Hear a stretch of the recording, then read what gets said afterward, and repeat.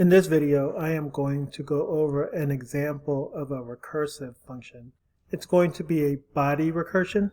The function's name is cascade numbers, and this function will print out a cascading tree of integers. So if I enter as an argument the integer 1, 2, 3, it's going to print out 1, 2, 3 in a cascading manner. So 1, 2, 3, and then it'll print out 1, 2, and then it'll print out 1, and then it'll print out 1, 2 again, and then it'll print out 1, 2, and 3. Let's go ahead and trace this cascade numbers function. I've already created an activation record for main, and on line 19, cascade numbers function is called with an argument of 1, 2, 3. And I'm going to abbreviate cascade numbers to CN. And again, every time a recursive function is called, an activation record is created. So the compiler goes to line 24 to enter the function. And on line 26, it checks to see if the data is less than 10. And in this case, it's 123 less than 10. That is a false statement. So it skips this if statement and goes to the else. And on line 32, it prints the data. So I'm going to write the output right here. And I'm going to abbreviate print for P. The compiler then goes to line 33 where a recursive function is called, and inside the parameter data is divided by 10, and in this case 123 divided by 10 is going to give us 12.3, but with integer division the decimal is truncated, and so that is going to give us 12. An activation record is then created for CN12. The compiler then enters line 24 again, and on line 26 it checks to see if 12 is less than 10. Well, that is a false statement, and so we go directly to the else statement, and on line 32 the data is printed, and in this case the data is 12. The compiler then goes to line 33 where a recursive function call is made, and this time it's dividing data by 12, so 12 divided by 10, that's going to give us 1 since the decimal value is truncated. An activation record is created for CS or CN. I don't know where I got CS, but CN1.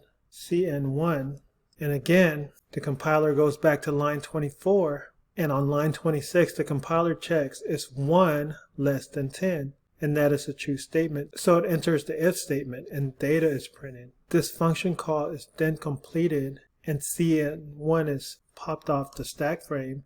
And the control goes back to CN12. CN12 resumes on line 34 where it says print data, and our data is 12. This function call is then completed and CN12 is popped off the stack frame. The control then returns to CN123 and it resumes on line 34. Line 34 data is printed, and in this case it's 1, 2, 3. This function is then completed and CN123 is popped off the stack frame. The control then goes back to main. And our output should be a cascading numbers of 1, 2, 3, 1, 2, 1, 1, 2, 1, 2, 3. Let me compile this.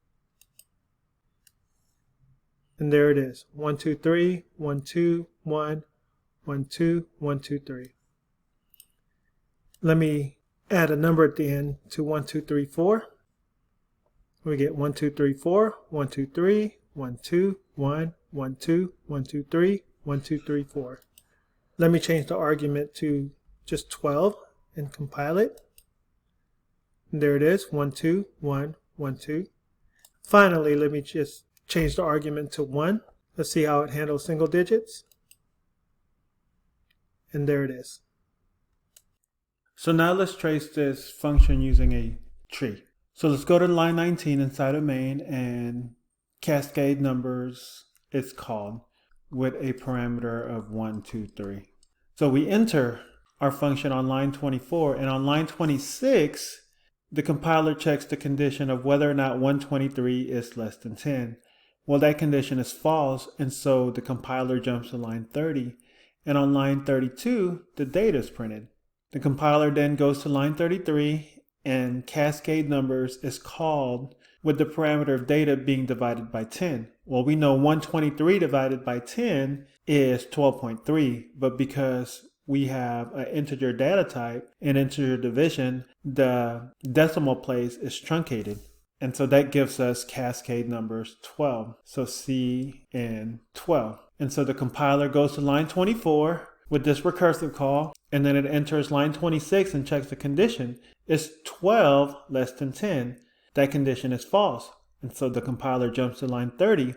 And on line 32, the data is printed. The compiler then goes to line 33 and calls cascade numbers with the data being divided by 10. Well, 12 divided by 10 is 1. Again, the decimal place being truncated, so CN1 is called. We then jump back to line 24 with this recursive function, and the compiler checks the condition on line 26. Is 1 less than 10? That condition is true. And so on line 28, the compiler prints the data, which is 1. This function is then completed, and so the control returns to CN12. And on CN12, it resumes back on line 34, and the data is printed, and in this case, 12. This function, CN12, is then completed, and the control is then returned back to CN123. CN123 resumes on line 34, where the data is printed. And in this case, the data is 1, 2, 3. This function is then completed, and the control returns to main. So let's trace this, and let me use a different color so I can show you the output.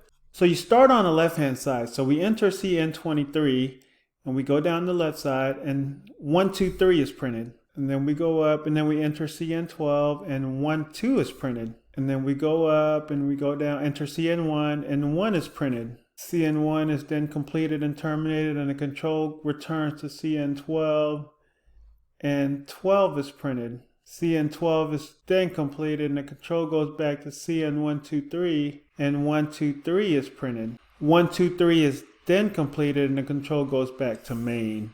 So again, in summary, the base case is the simplest form of the problem, and recursive calls are smaller versions of the problem which arrive at the solution to the original problem.